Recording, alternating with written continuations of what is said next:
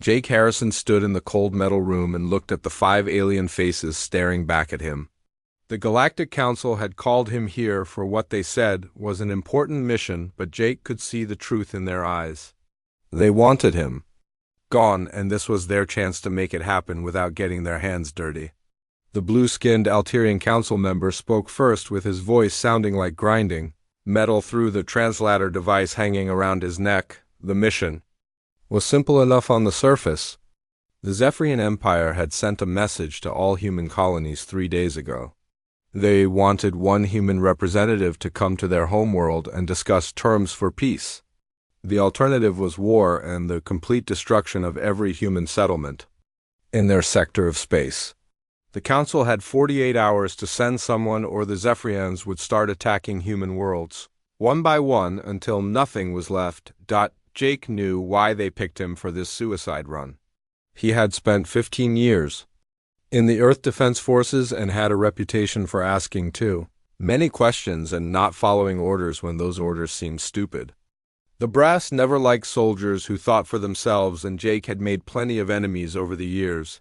When the peace treaties were signed and the military downsized, Jake found himself working security for merchant ships and cargo haulers. It was honest work, but boring compared to his old life. 3 months ago, Jake had been hired to protect a cargo ship, carrying medical supplies to the Outer Rim colonies. Pirates attacked them near the Vega system, and Jake had to make a choice between following standard protocol or saving the lives of the medical team aboard. He chose to save lives, which meant breaking about 6 different regulations and getting the ship's captain in trouble with his insurance company. The incident made it to the Council records and painted Jake as someone who could not be trusted to follow proper procedures. Now, the Council members sat around their curved table and explained how this diplomatic mission required someone with military experience and knowledge of human psychology.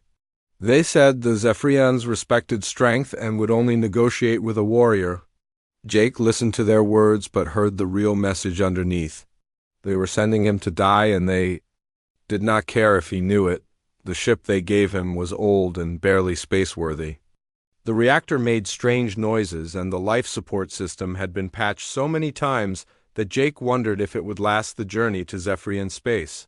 They loaded the ship with basic supplies, including water recyclers that looked like they came from a scrapyard, and food packets that were probably left over from some forgotten military campaign.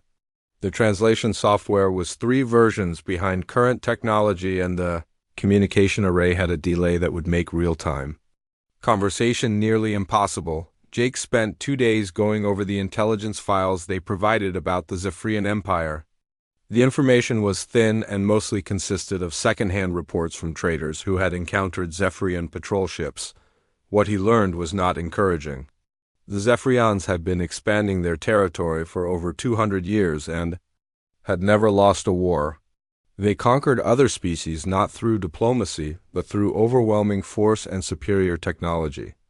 Their military was organized around the concept of total victory, and they did not believe in showing mercy to enemies. The Zephyrian leader was someone called War Marshal Thexkar, who had personally commanded the conquest of 17 different star systems. Intelligence reports suggested he was over 8 feet tall with 4 arms and natural armor plating that could stop most small arms fire.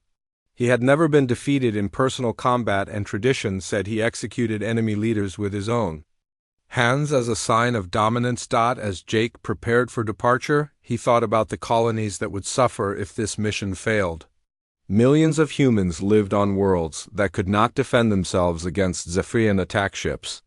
Children who had never seen Earth played in parks that might be burning ruins within the week if Jake could not find some way to convince the Zephyrians to show mercy. The weight of those lives pressed down on him as he ran final checks on his ship systems. The launch pad was empty except for maintenance crews who worked in silence around his vessel. No one from the Council came to see him off, and no reporters covered his departure. Jake was leaving on what everyone expected to be a one-way trip, and they wanted no record of sending him to his death. He strapped himself into the pilot's seat and began the launch sequence while wondering if he would ever see Earth again. The engines fired and lifted him toward the stars where the Zephyrian Empire waited. The journey to Zephyrian space took Jake 12 days through the empty void between star systems. His old ship groaned and rattled with every course correction, and the food supplies tasted like cardboard mixed with metal shavings. Jake used the time to study everything he could about his destination and the people who lived there. The files were thin, but he read them over and over until he had memorized every detail about Zephyrian culture and military structure. When he finally reached the edge of their territory, 3 massive warships appeared on his sensors and surrounded his tiny vessel. Each ship was 10 times larger than anything humans had ever built, and their hulls gleamed with armor that looked like it could survive a direct hit from a nuclear weapon. Jake opened a communication channel and identified himself as the human representative sent to negotiate with War Marshal Vexcar. The response came back in perfect human language, which surprised him since the Council had insisted the Zephyrians barely understood human communication. The escort ships guided Jake toward a planet that filled his entire view screen as they approached. Nexus Prime was the capital world of the Zephyrian Empire and home to over 3 billion of their species. The planet's surface was covered with massive cities that stretched from horizon to horizon and orbital defense platforms that could probably destroy entire fleets without breaking a sweat. Jake counted at least 50 weapon satellites tracking his ship as they descended through the atmosphere toward a landing platform near the planetary capital. Ground crews, wearing full environmental suits, directed Jake's ship to a landing pad surrounded by guard towers and energy barriers. As soon as his engines shut down, squads of Zephyrian soldiers took positions around his vessel with weapons that looked like they could cut through starship hulls. Jake had expected this kind of reception, but seeing it happen still made his stomach tight with nervousness. He checked his sidearm one more time and stepped out of his ship to meet whatever fate the Zephyrians had planned for him. The soldiers escorted Jake through corridors that seemed designed to make visitors feel small and helpless.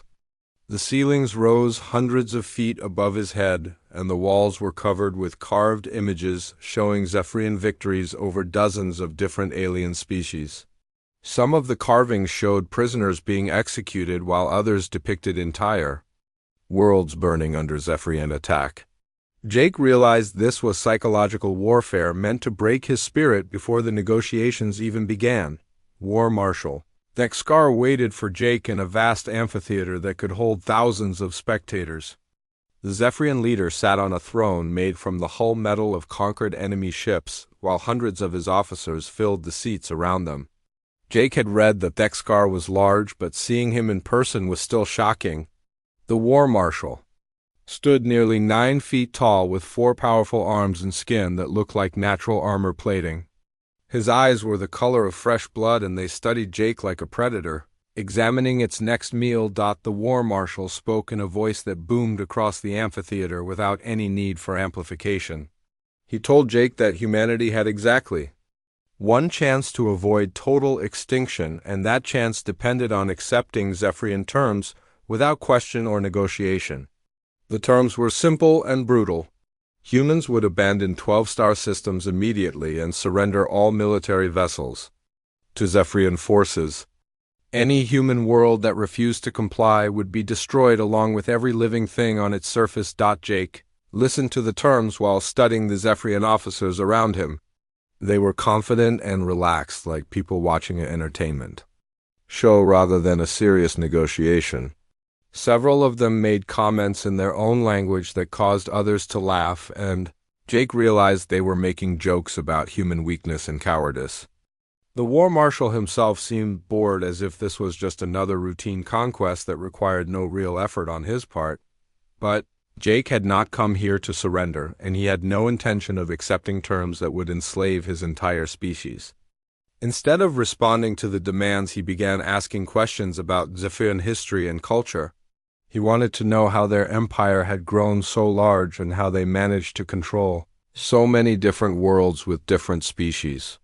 He asked about their military organization and supply lines and the challenges of governing conquered territories. The War Marshal seemed pleased by Jake's interest in Zephyrian achievements and began describing their conquest methods in detail. He explained how they had defeated the crystal beings of Andorra by targeting their breeding colonies and how they had broken the machine intelligence of Proxima by corrupting its central programming. Each story was told with pride and obvious enjoyment, as if the War Marshal was reliving his favorite memories. As the hours passed, Jake learned more about the Zephyrian Empire than any human intelligence service had ever discovered. The War Marshal revealed details about fleet positions and supply depots and internal political struggles between different military commanders. He talked about conquered species that still caused problems in worlds that required constant military occupation to prevent rebellion. Jake filed away every piece of information while pretending to be impressed by Zephyrian superiority. The session ended when the War Marshal announced that Jake would have one day to consider the terms before giving his final answer. Jake was escorted to a holding cell deep underground where he would spend the night before returning to seal humanity's fate. The Zephyrians were certain they knew what his answer would be and had already begun planning victory celebrations that would mark the end of human independence. Jake spent the night in his underground cell going over everything he had learned about the Zephyrian Empire and looking for any weakness he could exploit. The cell walls were made of some kind of energy-resistant metal that probably cost more than most human starships, but Jake was not planning to escape through brute force. He had something else in mind that would either save humanity or get him killed in the most spectacular way possible. During his conversation with War Marshal Vexgard, Jake had noticed something important that the Zephyrian leader probably did not realize he had revealed. When describing their conquest of the Rigel system, the War Marshal had mentioned an old legal tradition that allowed defeated enemies to challenge Zephyrian commanders to single combat. The tradition dated back to their primitive days when tribal leaders settled disputes through personal duels, rather than large battles. Jake had studied enough military history to know that most warrior cultures kept their old traditions even after they became technologically advanced. The traditions gave them a sense of honor and connection to their ancestors that modern warfare could not provide. What made this particularly interesting was that the War Marshal had mentioned the tradition was still technically part of Zephyrian military law even though no one had invoked it for over 3 centuries. The next morning, guards came to escort Jake back to the amphitheater for his final answer. The War Marshal sat on his throne surrounded by even more officers than the day before, as if this was going to be some kind of special ceremony. Jake could see camera devices recording everything that happened, which meant his words would probably be broadcast across the entire Zephyrian Empire as propaganda showing human submission to superior alien power. When asked for his response, Jake surprised everyone by requesting permission to speak according to ancient Zephyrian law. The War Marshal looked confused, but granted the request out of curiosity about what the human might say. Jake then formally invoked the right of trial by combat according to Military Code Section 12 of the original Zephyrian Constitution. He challenged War Marshal Vexgard to single combat, with the winner determining the fate of both their species. The amphitheater fell completely silent as Jake's words were translated and understood. Several Zephyrian officers started laughing because the idea of a human challenging their greatest warrior seemed like an elaborate joke. But the War Marshal was not laughing because Jake had quoted the law correctly and put him in an impossible position. To refuse the challenge would mean admitting that Zephyrian law meant nothing, which would undermine his authority with his own people. Jake had done his research during the long journey to Nexus Prime, and he knew exactly which legal precedents to cite. 350 years ago, a representative of the Altair colonies had used the same law to challenge a Zephyrian general, and won his people's freedom for 1 full generation. The combat had been recorded in Zephyrian historical archives, and the victory was still celebrated on Altair as their Independence Day. War Marshal Vexgard tried to find a way out of the situation by claiming that humans were not worthy opponents for Zephyrian warriors. Jake responded by pointing out that the War Marshal had already acknowledged humanity as an enemy worthy of conquest, which legally qualified them for trial by combat. He also reminded everyone present that refusing the challenge would violate the same military honor code that the Zephyrians used to justify their conquest of other species. The debate went on for 2 hours as Zephyrian legal experts were brought in to examine Jake's claim. They confirmed that his interpretation of the law was correct and that the war marshal was legally bound to either accept the challenge or face charges of violating military tradition. The political implications were enormous because refusing would make the war marshal look weak in front of his own officers and the conquered species who were watching the broadcast. Finally, War Marshal Dexkar accepted the challenge with obvious anger at being trapped by his own legal system. The combat would take place the following day in the same amphitheater with representatives from all conquered worlds invited to witness what everyone expected would be the execution of human defiance. Jake would be allowed to choose his weapons from a selection of traditional Zephyrian combat gear that was considered appropriate for formal duels that night. Jake was moved to better quarters and given access to a training facility where he could prepare for the fight. The Zephyrians provided him with practice weapons and armor while guards watched his every move to make sure he did not try to escape or sabotage anything. Jake spent hours studying War Marshal Dexkar's fighting style through archive footage of previous duels and military campaigns. What Jake learned was both encouraging and terrifying. The War Marshal was incredibly skilled with traditional weapons and had never lost a personal fight in over 30 years of military service. His forearms gave him a huge advantage in close combat, and his natural armor could absorb damage that would kill most other species. But Jake also noticed that the War Marshal had grown overconfident after decades of easy victories against opponents who were either much weaker or too intimidated to fight effectively. Jake chose his weapons carefully from the available selection. He picked a plasma blade that was light enough for quick movements and a small energy shield that could deflect incoming attacks. The armor he selected was minimal because he needed to stay mobile rather than rely on protection that would never be enough against Zephyrian strength anyway. His plan was to use speed and unpredictability against an opponent who expected him to fight. Like every other enemy the War Marshal had faced as Jake prepared for what might be his last night alive. He thought about the human colonies that depended on him. Children were playing on worlds that might be destroyed if he failed tomorrow, and families were going to sleep not knowing if they would wake up as free people or slaves. The weight of responsibility was enormous, but Jake had made his choice when he invoked the ancient law. Now he had to find a way to defeat the most dangerous warrior in the Zephyrian Empire or die trying. The morning of the duel arrived with artificial sunlight streaming through the amphitheater's massive dome as thousands of spectators filled every available seat. Representatives from 17 conquered worlds had been brought to witness what the Zephyrians expected would be a demonstration of their absolute power over lesser species. Jake could see aliens of dozens of different types in the crowd, and many of them looked at him with expressions that mixed pity with desperate hope. War Marshal Dexkar entered the arena to thunderous cheers from his own people while the conquered species remained silent. The Zephyrian leader wore ceremonial armor that gleamed like polished silver and carried 4 different weapons that had been passed down through generations of military commanders.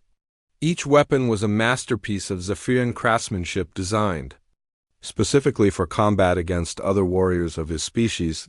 Jake walked onto the sand-covered arena floor wearing simple combat armor and carrying only his plasma blade and energy shield. He looked small and fragile compared to his massive opponent, but his face showed no fear or hesitation. The crowd noise died down as both fighters took their positions at opposite ends of the arena, while Zephyrian officials explained the rules of engagement that would govern the duel. The rules were simple and brutal. The fight would continue until one combatant was dead or admitted defeat. No outside assistance was allowed, and the winner would determine the fate of the loser's entire species. If Jake won, humanity would be granted 1 full generation of peace from Zephyrian aggression. If he lost, the human colonies would be destroyed and any survivors would become slaves of the Zephyrian Empire. War Marshal Dexkar began the fight by demonstrating exactly why he had never been defeated in single combat. His forearms moved with deadly precision as he attacked Jake from multiple angles at once, using techniques that would have overwhelmed any normal opponent within seconds. Jake barely managed to dodge the first assault and immediately understood that he was facing a warrior whose skill had been earned through hundreds of life-or-death battles. The War Marshal pressed his advantage by using his superior reach and strength to keep Jake on the defensive. Every swing of his weapons came close enough to Jake's head that the human could feel the energy discharge from near misses. The crowd roared its approval as their champion demonstrated the futility of challenging Zephyrian military superiority through individual combat, but Jake was not trying to match his opponent's strength or fighting style. Instead, he was studying the War Marshal's patterns and looking for weaknesses that could be exploited by someone who thought differently about combat. Jake had learned to fight in the brutal conditions of Earth's military training facilities, where soldiers were taught to win through intelligence and adaptability rather than raw power. As the duel continued, Jake began to notice that the War Marshal's confidence was also his weakness. The Zephyrian leader had grown used to opponents who either fled in terror or tried to match him in direct combat.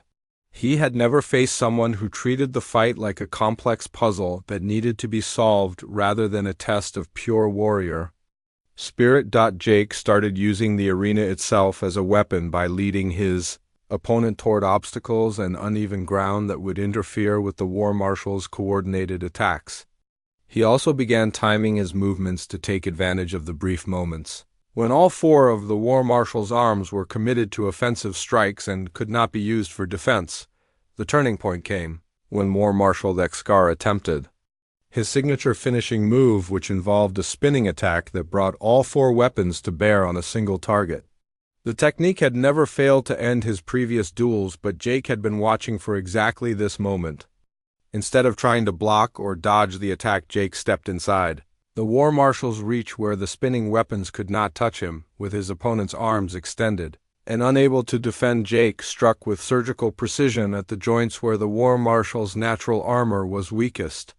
His plasma blade cut through alien flesh and bone with deadly efficiency, severing two of the War Marshal's four arms before the Zephyrian leader could recover from his failed attack.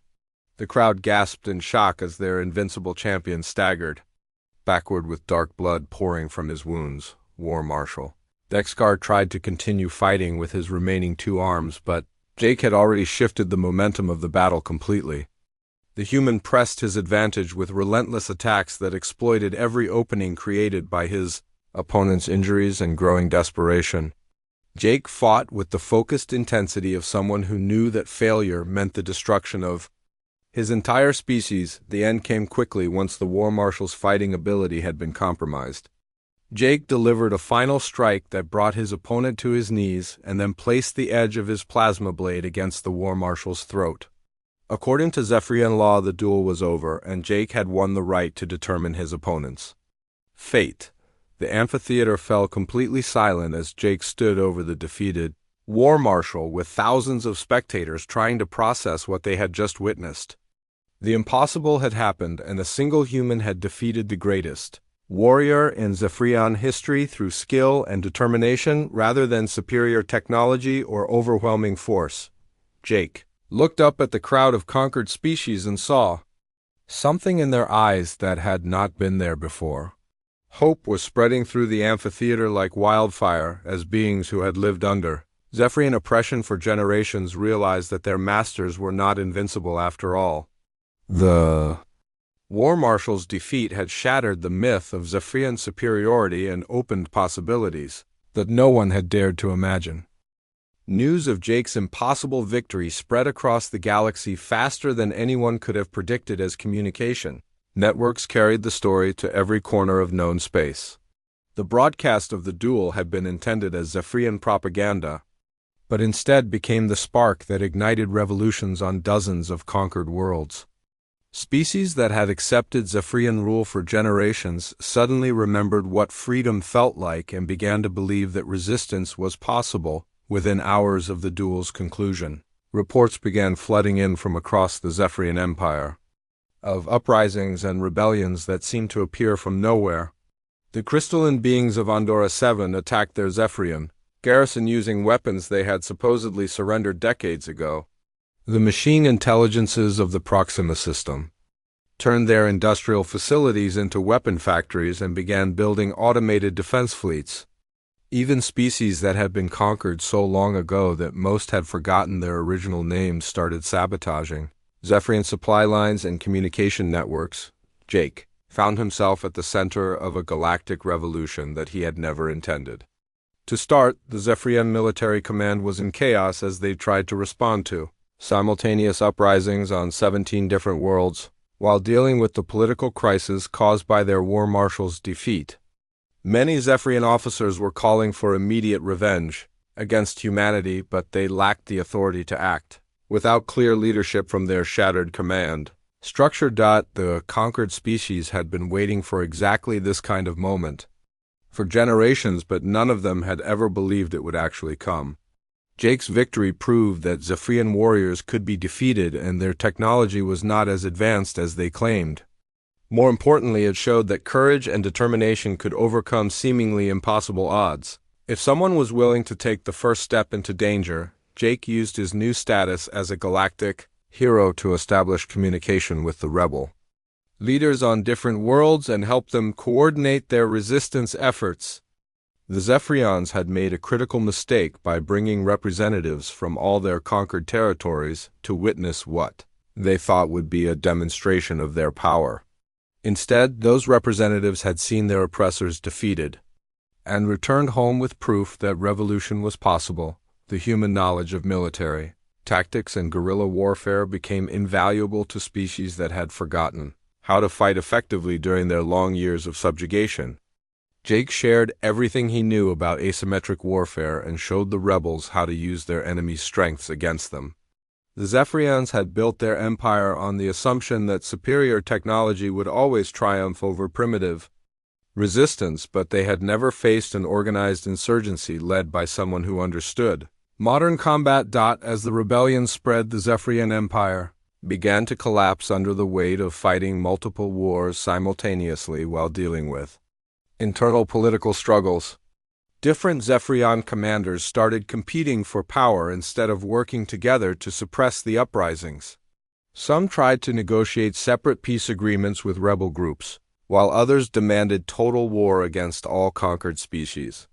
The unity that had made them so dangerous was breaking apart as their military leadership fought among themselves. Jake established a council of representatives from the rebel worlds and helped them form a loose alliance that could coordinate attacks and share resources. The alliance was not perfect because the different species had their own goals and methods, but it was effective enough to keep the Zephyrians from concentrating their forces against any single target. Every time the Zephyrian military moved to crush one rebellion, they left themselves vulnerable to attacks from other directions. The psychological impact of Jake's victory was just as important as the military consequences because it proved that individuals could make a difference even against overwhelming odds. Stories about the human warrior who defeated the invincible war marshal became legends that inspired resistance fighters across the galaxy. Children who had never known freedom grew up hearing about Jake Harrison and believing that they too could stand up to oppression. The Galactic Council watched in amazement as their expendable messenger transformed the balance of power throughout known space. The same species that had been content to sacrifice humanity to Zephyrian aggression now competed to offer military and economic support to the Rebel Alliance. Jake had become more than a war hero and was now seen as a symbol of liberation that threatened the established order throughout the galaxy. Some council members tried to take credit for sending Jake on his mission, but everyone knew the truth about their original intentions. They had expected him to die and hoped his death would satisfy Zephyrian demands while removing a troublesome individual from human society. Instead, Jake had survived and created a situation that forced the Council to reevaluate their entire approach to galactic politics. The Zephyrian empire that had seemed so powerful just weeks before was now fighting for its survival against enemies it had created through centuries of oppression. Their military was stretched beyond its limits and their political system was fracturing under pressure from defeats they had never experienced before. The conquered species were no longer afraid, and that fear had been the foundation of Zephyrian Power for over 200 years. Jake realized that his personal victory in the arena had become something much larger than he had ever imagined. He had not just saved humanity from conquest, but had given hope to every oppressed being in the galaxy. The revolution that was spreading across known space would continue long after his own story ended, because he had proven that even the mightiest empire could fall if enough people were willing to fight for their freedom. 6 months after leaving Earth as a condemned man, Jake Harrison returned home as the most famous human in galactic history. The same council members who had sent him to die now competed to shake his hand and claim credit for his mission, while news reporters from dozens of worlds waited to interview the man who had single-handedly triggered the collapse of the Zephyrian Empire. Jake found the attention uncomfortable and mostly avoided public appearances in favor of quiet meetings with military leaders and colonial administrators. The galaxy had been transformed beyond recognition. During Jake's absence, as the rebellion he sparked continued to spread across known space, the Zephyrian Empire no longer existed as a unified force and had broken apart into dozens of smaller factions that spent more time fighting each other than trying to reconquer their lost territories.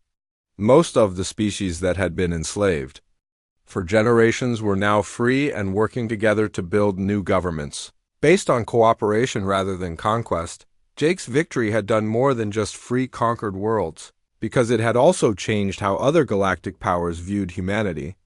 The same species that had once seen humans as primitive upstarts now sought military alliances and trade agreements with Earth's growing colonial network. Human advisors were in demand throughout the galaxy as other species wanted to learn the tactical innovations and fighting spirit that had made Jake's triumph possible. The Galactic Council had been forced to restructure itself completely as the old balance of power no longer existed. Species that had been dominated by the Zephyrians for centuries now had equal voices in galactic affairs, and many of them looked to humanity for leadership in building a more just political system. Jake was offered positions of enormous power and influence, but he declined them all because he preferred action to politics. What impressed Jake most was how quickly the former slaves had adapted to freedom and begun building better societies than their conquerors had ever created. The crystalline beings of Andorra developed new technologies that could heal damaged ecosystems, while the machine intelligences of Proxima created manufacturing systems that could provide abundance without environmental destruction. Each liberated species contributed something unique to the growing alliance of free worlds. The human colonies that Jake had fought to save were now thriving as trade and immigration from liberated worlds brought new opportunities for growth and development. Children who might have grown up as slaves under Zephyrian rule were instead learning alongside alien friends in schools that celebrated diversity rather than enforcing conformity. The future that had seemed so dark when Jake left Earth now blazed with possibilities that no one had dared to imagine. Jake spent most of his time traveling between different worlds and helping former enemies learn to work together toward common goals. His reputation opened doors that would have remained closed to ordinary diplomats, and his military experience helped solve conflicts before they could escalate into wars. The galaxy was still dangerous and full of problems, but it was no longer dominated by a single empire that crushed anyone who dared to resist. Some Zephyrian factions tried to rebuild their empire through diplomatic means, rather than military conquest, but they found few allies among species that remembered centuries of oppression. A few progressive Zephyrian leaders even approached Jake directly to discuss terms for their people's integration into the new galactic order.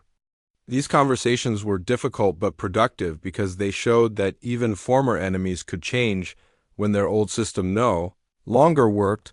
The story of Jake's duel with War Marshal Thexgar became the founding myth of the new galactic civilization and was told in countless different versions on worlds throughout known space.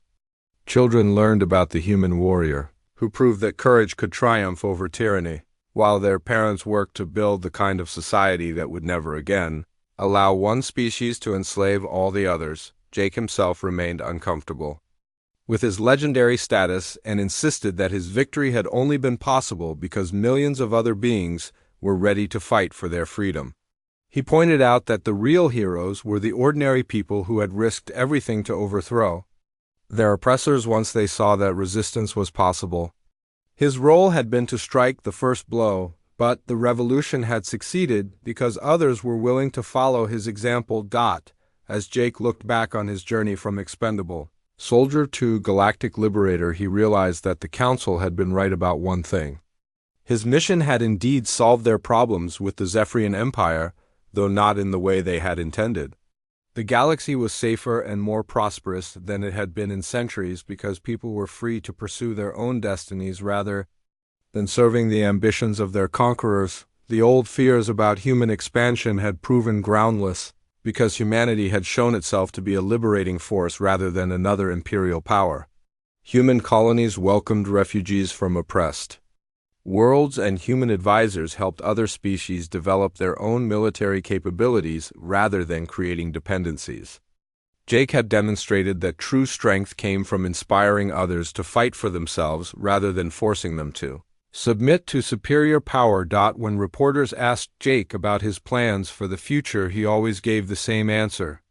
The galaxy was full of bullies who needed to learn that their victims could fight back, and he intended to keep teaching that lesson wherever it was needed. The lone human they had sent to die had returned victorious and changed the course of galactic history. But his work was far from finished because freedom required constant vigilance to maintain.